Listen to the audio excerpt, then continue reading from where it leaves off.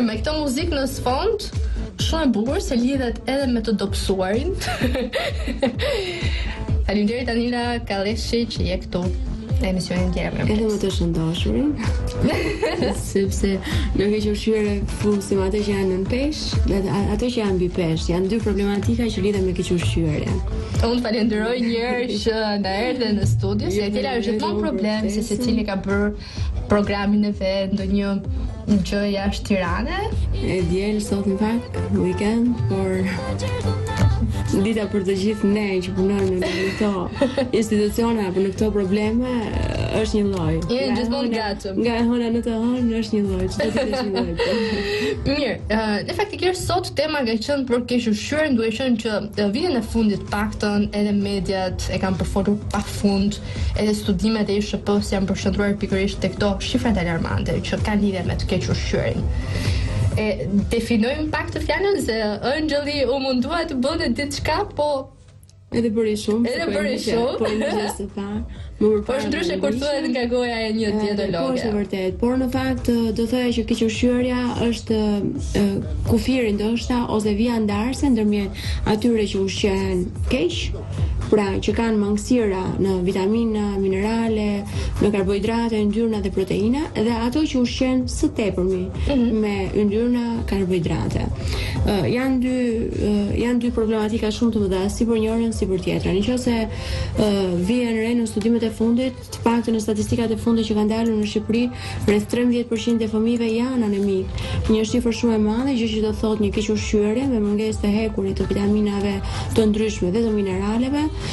Natyrisht shkakton mjaft probleme tek këta fëmijë, ka mungesë të rritjes së gjatësisë së tyre, ka mungesë të zhvillimit mendor, ka probleme në shoqërinë me fëmijët e tjerë. Në këta fëmijë janë fëmijë të stresuar, fëmijë jo aktiv, fëmijë që kanë mjaft probleme me një sistem imunitar shumë të dobët, edhe me një jetë mund të themi një gjatësi të shkurtër, gjë që është mjaft e dëmshme, mjaft e keqe për shoqërinë tonë.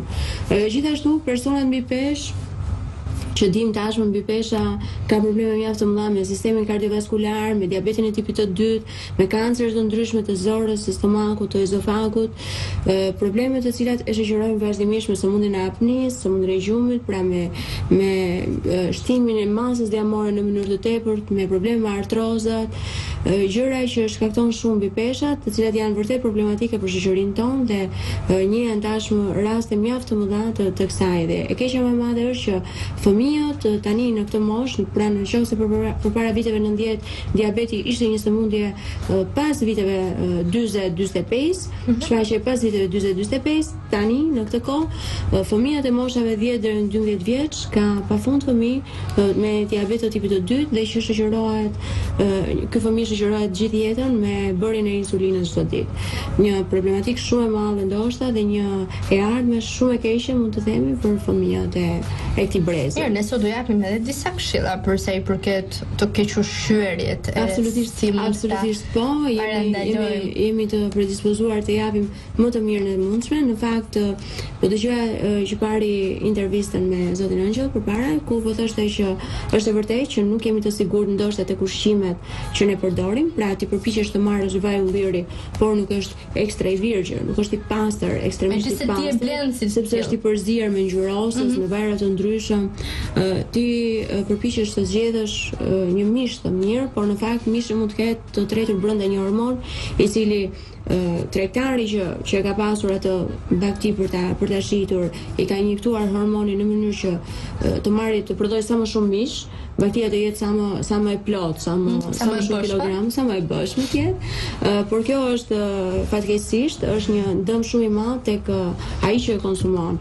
Gjithashtu frutat, perimet, të gjitha që ne i shohim në ngjyra shumë të bukura, në forma shumë të bukura, na mungojnë ato krimbat e famshëm që ne ishim mësuar më parë që të shikonim.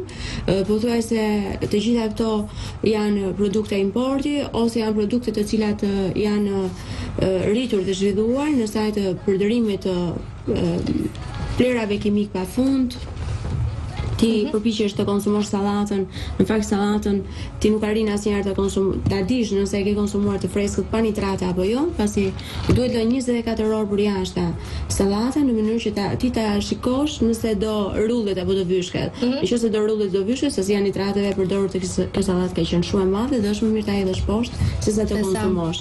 Ti në vetvete mendon se ke konsumuar sallatë jeshile, domethënë pa ditur këtë fakt, ti mendon se ke konsumuar sallatë jeshile dhe është e vërtetë që sallata jeshile nuk është problematike për organizmin, përkundrazi, këshillohet të konsumohet sa më shumë, por në momentin që ti ke konsumuar një produkt me nitrate, nuk e bëra asgjë të keq, veçse nuk e bëra asgjë tjetër, veçse ke një keq ushqyer në organizëm, pra e ushqyer në mënyrë të keqe. Po përsa i përket produkteve të peshkut, që ne gjithmonë kemi thënë që janë produkte shumë mira për të konsumuar. Atë produktet e peshkut, a ka ato një lloj rrezikshmërie në momentin që janë në momentin kur është produkt rezervati ose produkti i importi, natyrisht që nuk është një produkt i saktë, nuk është një produkt i mirë. Nëse ka kohë të tëra që është në i futur në frigorifere të ndryshëm apo i ushqyer me ushqime rezervati, pra me ushqime jo natyrale, natyrisht nuk është se ka ndonjë efekt pozitiv në organizëm. Në momentin që ne arrim të marrim një peshk në ujërat e ftohta, natyrisht një peshk je i bindur që ai peshk është zënë, sapo është zënë, atëherë do ishte shumë mirë për të konsumuar, pasi dihen vlerat e shkëlqyera të peshkut, acidet yndyrore omega 3 mjaft të rëndësishme për organizmin. Në fund fare duhet bërë një bilans për të parë sasinë e karbohidrateve, proteinave, yndyrnave, vitaminave dhe mineraleve që janë të nevojshme për organizmin. Mungesa dhe deficienca e këtyre karbohidrateve, yndyrnave, proteinave të nevojshme për organizmin çon në probleme shëndetësore. A mund të bëjmë ne një listë anil të gjërave që duhet përdorim gjatë ditës sonë, edhe atyre që nuk duhet i përdorim për të manuar keq ushqyerjen?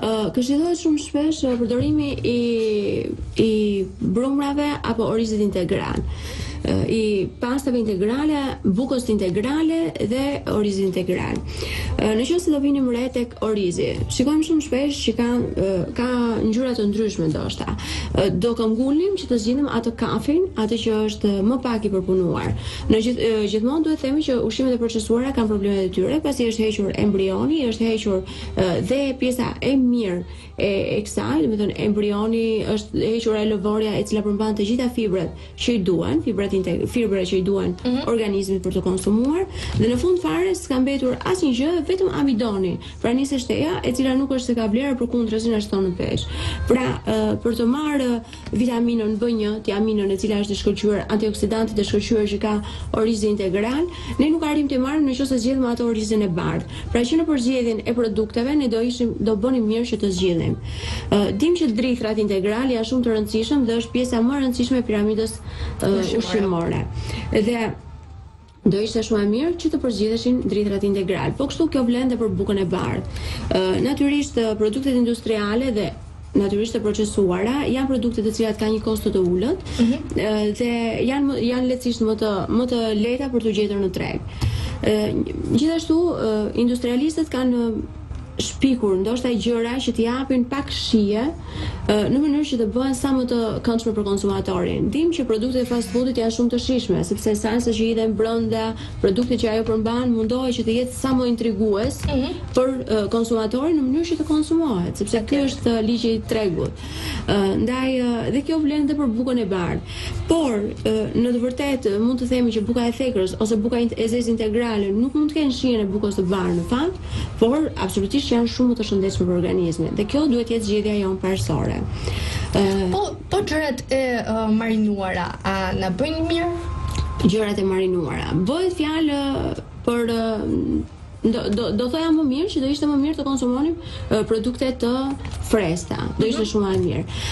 Dhe momenti i zierjes apo i pjekjes së këtyre duhet ishte jo një temperaturë shumë e lartë dhe jo një minutazh shumë i lartë, pasi humbin shumë vitamina dhe minerale që ndodhen tek frutat apo perimet. Bëhet fjalë kur piqen apo kur zihen në avull. Duhet jemi të kujdesshëm që mos koha e gatimit të tyre të jetë sa më ulët.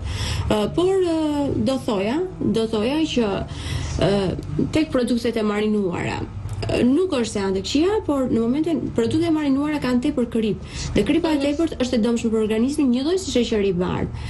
Pra janë mund të themi vrasëse të organizmit, si kripa e tepërt, pasi krijon ritensionin hidrik në organizëm, pra mbajtjen e lëngjeve trupi nuk arrin të bëjë shkarkimin e lëngjeve të tepërta, dhe gjë që çon në shtimin e peshë, çon në mos funksionim të mirë të qarkullimit të gjakut, mos funksionim të mirë të limfës, pra janë problematika të tjera. Pra duhet jemi të kujdesshëm dhe në përzgjedhjen e produkteve.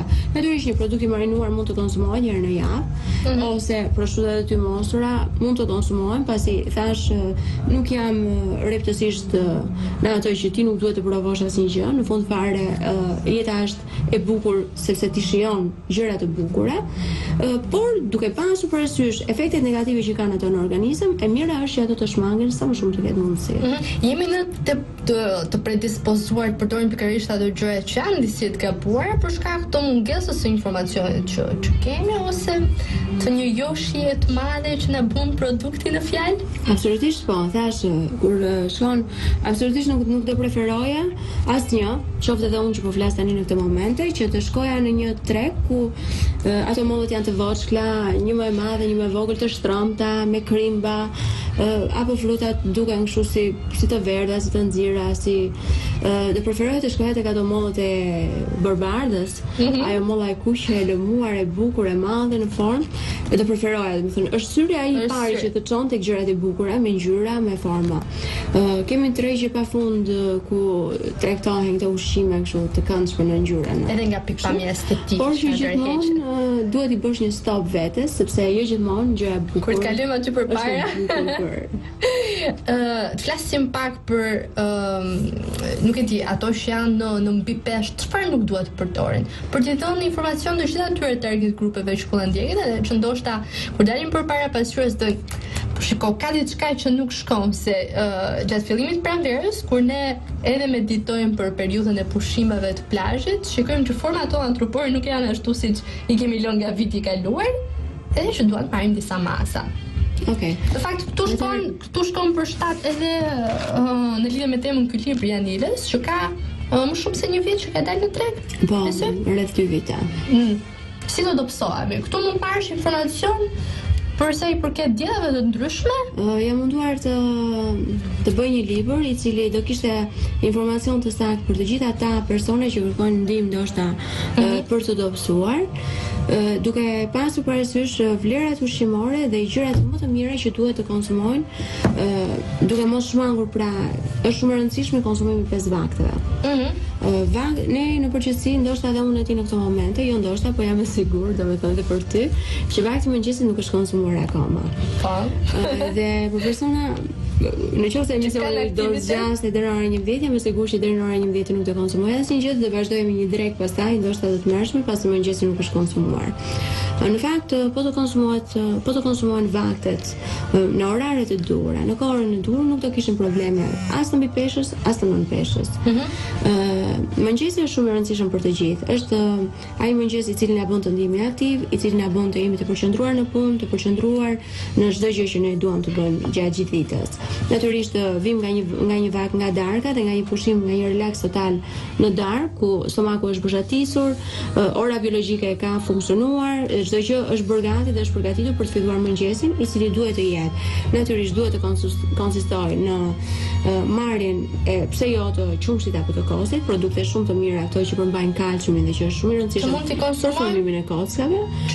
Duhet të konsumohet që në mëngjes, bëhet fjalë që mëngjesi duhet konsumohet jo më larg se 1 orë nga momenti që ne jemi zgjuar. Dim tashmë që ka persone që zgjohen edhe në 12, sepse kanë bërë ndoshta kanë punuar një turn të tretë, janë këngëtar apo ku diun diçka, punojnë gjithë natën dhe mëngjesin e tyre është në orën 12. Për këto persona në fakt është shumë e vështirë për të përcaktuar vaktet, pasi mënyra e ushqyerjes të këta persona është mjaft e keqe, por bëhet fjalë për personat në përgjithësi është shumë mirë që të konsumojnë vaktin e mëngjesit në ora 1 orë pasi janë zgjuar menjëherë. Dhe është konsistente shumë mirë në konsumimin e kosit apo të qumshtit, janë dy produkte shumë të mira, të cilat përmbajnë kalcium. Gjithashtu tërshëra do ishte shumë e mirë për të konsumuar, pasi përmbajnë fibra dhe është e shkëlqyer për punën e zorëve. Gjithë problemi është zotëria më përpara po diskutonte për kancerin e stomakut. Në fakt do thoya që edhe sot, edhe pse mendohet ndoshta krahasuar me shifrat e kancerit shumë vite më parë, kanceri i stomakut ishte më dominant në krahasim me kanceret e tjera, pasi njerëzit vuanin nga konsumimi i ushqive apo mishit me yndyrë që blien atë kohë, dhe ky ishte problemi i kancerit stomakut në vitet para 90-s. Por tani do thoja, ndoshta edhe konsumimi i alkoolit, duanit, edhe këto e shoqëronin në vazhdimsi sëmundjen e kancerit stomakut para viteve 90. Por do thoya dhe tani që pretendohet që ka një larmi të gjerë ushqimesh, por që ushqimet janë pothuajse të gjitha me hormone dhe probleme të tjera. Ka njerëz që vuajnë shumë nga kanceri i stomakut dhe i zorrës, aq më tepër, mund të themi që kanceri i zorrës për shembull është i treti nga tipet e ndryshme të kancereve, por që në krahasim me numrin e madh të popullsisë, pra në krahasim të prekur natyrisht nga kanceri i stomakut është zvogluar në përqindje me para viteve 90. Por nuk themi që është zvogluar në numër, absolutisht jo, përkundrazi njerëzit janë shtuar, njerëzit që vuajnë nga kanceri i stomakut. Dhe kjo është një problematik tjetër, dhe për këtë këshillohet shumë mirë që të konsumohen fibra. Fibrat janë shumë të rëndësishme dhe gjenden kryesisht tek lëkura e frutave, për shembull tek lëkura e mollave, dhe gjithmonë këshillohet që molla të konsumohet me lëkurë, pasi fibrat janë tek shtresa e lëkurës së mollës. Gjithashtu do ishte shumë e mirë tash konsumimi të shërës, në mëngjes do ishte shkëlqyer për të rregulluar florën intestinale të stomakut dhe të zorrëve. Gjithashtu do ishte shumë e mirë kjo tërshër, po të ishte alternuar, po të kishte pak rrushë të thatë, pasi antioksidantët që përmban rrushë i thatë, kumbulla e thatë janë shumë të mira për organizmin. Antioksidantët ndihmojnë mjaft mirë për të rritur sistemin imunitar dhe për të luftuar bakteret apo problemet e tjera që ekzistojnë në një moment të problemeve të sistemit imunitar. Dhe kështu do fusim ndoshta pse jo dhe 2-3 bajame apo kokrare, të cilat përmbajnë acide natyrore shumë të rëndësishme për organizmin dhe veçanërisht për trurin, pra për të qenë i përqendruar në punë dhe për të pasur një rendiment shumë të mirë gjatë gjithë ditës. Gjithashtu do ishte shumë e mirë të kishim një fetë mollë brenda. Feta e mollës do na jepte vitaminën E, që është shumë e mirë për rregullimin e lëkurës së fytyrës. Pse jo, ndonjë lule shtrydhe brenda do ishte e shkëlqyer. Ky do ishte një mëngjes ideal, një mëngjes i cili do na bënte që të ndiheshim të mbushur, pra nuk do kishim atë ndjenjën e tmerrshme të urisë dhe të konsumonim sa për 2-3 vakte më pas në drek apo në darkë, gjë që është akoma më e vështirë. Por në këtë mënyrë do arrinim të alternonim mjaft mirë vakte, duke konsumuar sasinë e caktuar të vakteve në çdo moment, dhe duke e bërë organizmin që të punojë të funksionojë në mënyrën maksimale të tij të mundshme. Pra mos kemi një tehlodhje të gjithë organizmit, duke konsumuar shumë ushqim ose duke e lënë organizmin pa ngrënë për orë të tëra, trupi fillon nervozohet, nuk je i përqendruar, dhe pastaj vjen një punë që ti e ngop në një moment të dytë, dhe organizmi nuk arrin ta bluajë të gjithë ushqim që ti e ngop dhe kalon direkt në yndyrë.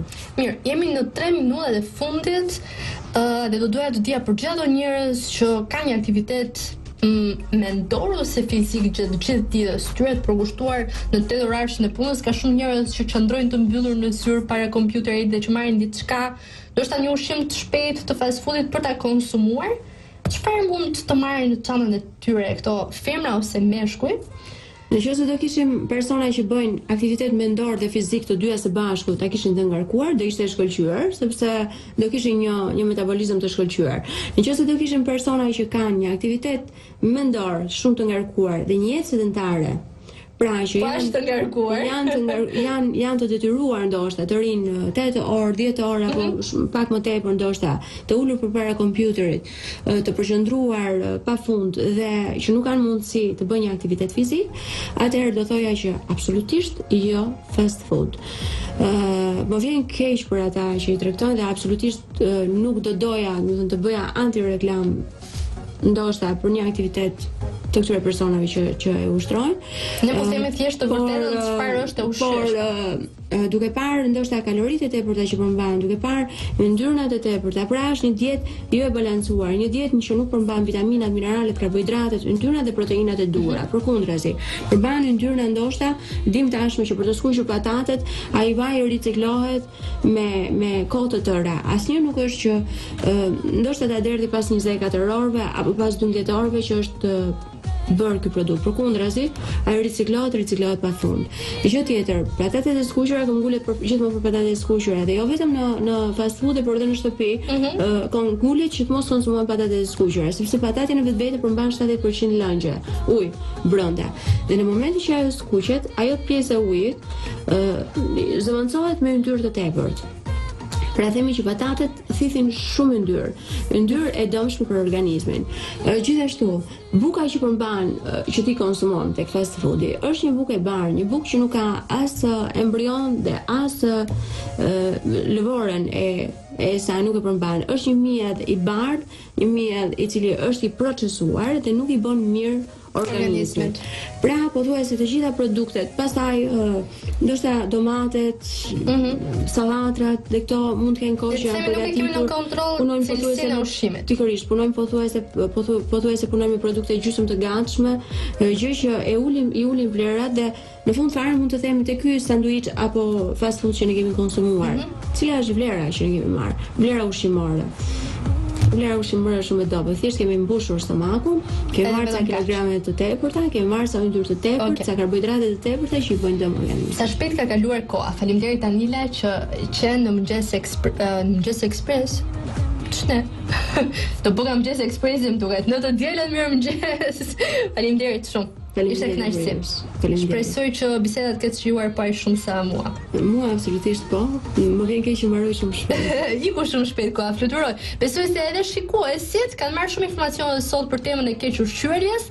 Ne do takohemi javën e ardhshme në të dielën mirëmëngjes. Sigurisht java kalon shpejt edhe pa shumë kalori këtë rast. Se kemi marrë informacionet e nevojshme për ta kontrolluar ushqimin. Nga unë Elisa Gjirani, miru takofshim.